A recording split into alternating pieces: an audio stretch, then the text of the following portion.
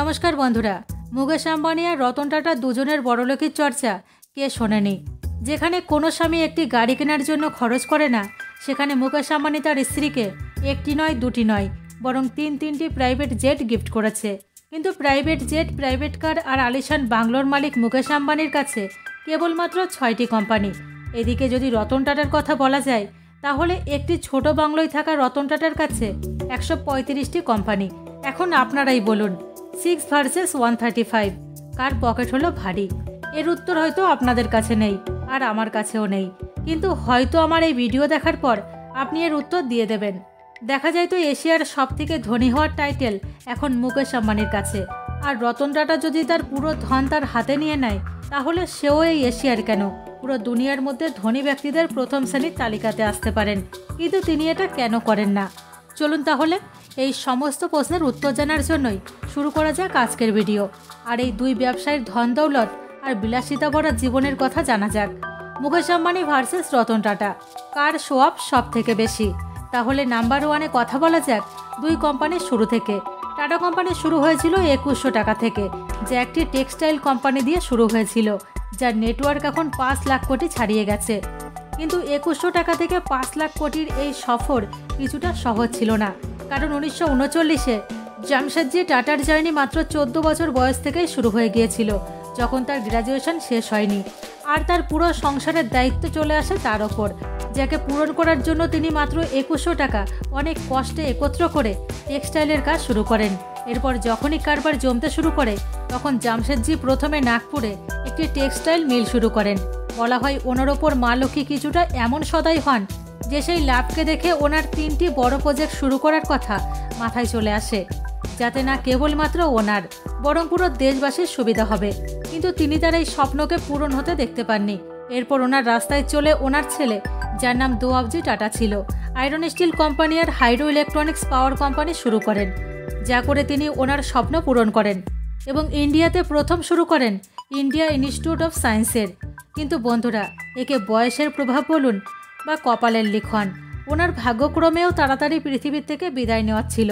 এরপর 1938-এ টাটা গ্রুপের দায়িত্ব জাহাঙ্গীর রতনজি টাটা নিয়ে নেন এবং পুরো 13টি কোম্পানি হাতে নিয়ে তিনি তার পূর্বপুরুষদের স্বপ্নকে 13 থেকে 96-তে পৌঁছে দেন।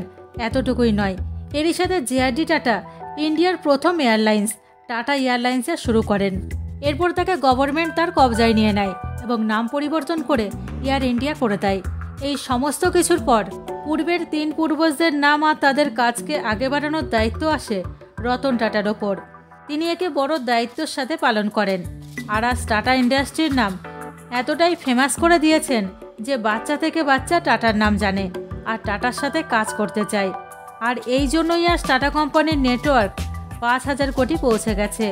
এখন আসুন জানা যাক সেই ব্যক্তির কথা, যার এক গাড়ির দামে একজন সাধারণ মানুষ একটি বাংলা বানিয়ে নেবে। শুধু এতটুকুই নয়, তিনি 6 ফ্লোরের যে পার্কিং ওনার ঘরে বানিয়েছেন, এত বড় ঘরে মুম্বাই শহরের অর্ধেকের বেশি জনসংখ্যা থাকে। হ্যাঁ বন্ধুরা, সঠিকই ভেবেছেন, আমি কথা বলছি মুকেশ আম্বানির, যার হাতে কোনো সোনার বাটি চামচ ছিল না। আমাদের বাবাদের মতনই ওনার বাবা ধীরুভাই আম্বানি কঠোর পরিশ্রম করে তার বেতনের টাকা থেকে সিলভার কয়েন জমা করে নিজের বিজনেস শুরু করেছিলেন। পয়সা জমা হওয়ার পর বিদেশের চাকরি ছেড়ে ধীরুভাই আম্বানি মুম্বাই চলে আসেন আর একটি একচালা ঘরে থাকতে শুরু করেন। অনেক কঠোর পরিশ্রম আর সংঘর্ষের পর তিনি রিলায়েন্স কমার্শিয়াল কোঅপারেট শুরু করেন এবং এই কোম্পানি একটি মশলার কোম্পানি ছিল।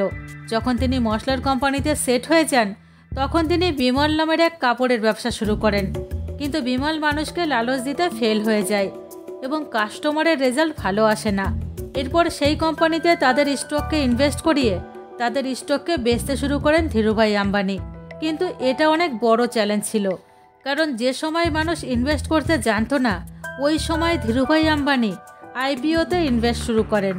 আর এত ইনভেস্ট করেন যে যার ফায়দা কোম্পানি আর ইনভেস্টার দুজনেরই থলি ভরে যায়। আর মাত্র কিছুদিনের মধ্যেই 70,000 রেভিনিউর কোম্পানিতে 2022-এ 75,000 কোটি পৌঁছে যায়। কিন্তু এই রেভিনিউ সাকসেসে চলাকালীন রিলায়েন্স কোম্পানির নাম ফরচুন 500-এ মিলিত হয়ে যায়। হয়তো ধীরুভাই আম্বানির কপালে এতটুকুই সাকসেস ছিল, তাই সেই বছরই অসুস্থতার কারণে তিনি মারা যান। ওনার মৃত্যুর পর ওনার 2 সন্তান মুকেশ আর অনিল আম্বানির মধ্যে তার প্রপার্টি ভাগ করে দেওয়া হয়। 2 ভাইয়ের ব্যবসার ধরন আলাদা আলাদা ছিল। এই জন্য যেখানে এক ভাই কোর্টে জবানবন্দি দিচ্ছিল তার নেটওয়ার্ক জিরো হয়ে গেছে, সেখানে অন্যদিকে মুকেশ আম্বানির রেভিনিউ $7,930 কোটি পৌঁছে যায়। চলুন এখন জানা যাক এই দুজনের আজকের লড়াইয়ের কারণ। লড়াই তো আজকের টাকা নিয়েই। আপনারা জানেন কি 88 মিলিয়নের নেটওয়ার্কের মুকেশ আম্বানি রিলায়েন্স রিটেল, রিলায়েন্স পেট্রোলিয়াম আর রিলায়েন্স জিওর মতন কোম্পানির মালিক।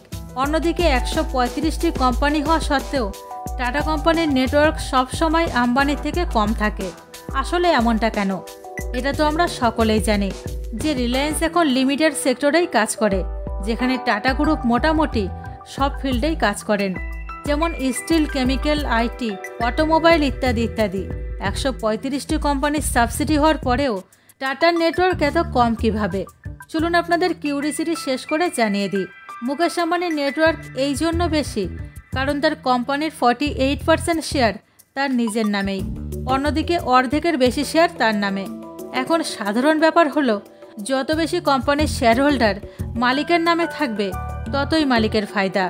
আর এই কারণেই 2022-এ আম্বানি টেক্সটাইল 88,000 মিলিয়নে দাঁড়িয়েছিল। এখন যদি রতন টাটার কথা বলা যায় তাহলে তিনি টাটা গ্রুপের 1%-এর থেকেও কম শেয়ারের মালিক, কারণ তার গ্রুপের 60% শেয়ার ওনার কোম্পানির আলাদা আলাদা ট্রাস্টে, যেমন sir Ratan Tata trust, sir Dorabji Tata trust বা Tata educational and development trust. এই সমস্ত ট্রাস্টে ডোনেট করা হয়, যা ইন্ডিয়ার শিক্ষা, চিকিৎসা, দরিদ্র পরিবার, শিল্প, সংস্কৃতির মতন আলাদা আলাদা সেক্টরে কাজ করে। মানে এই মানুষটা 135টি কোম্পানি পেয়েছিল যা তিনি নিজের নামে করতে পারতেন, কিন্তু ফ্যামিলির সম্মান বাড়ানোর জন্য এই মানুষটা তার কোম্পানির 99% দেশবাসীর নামে দান করে দেয়। এর মানে বুঝতে পারছেন আপনারা? এই মানুষটি যদি কেবলমাত্র তার চ্যারিটির অংশের শেয়ার তার নিজের নামে করে নেয় তাহলে ইনি আজ কেবলমাত্র ইন্ডিয়ার নয়, পুরো এশিয়ার সব থেকে ধনী ব্যক্তি হয়ে যাবেন।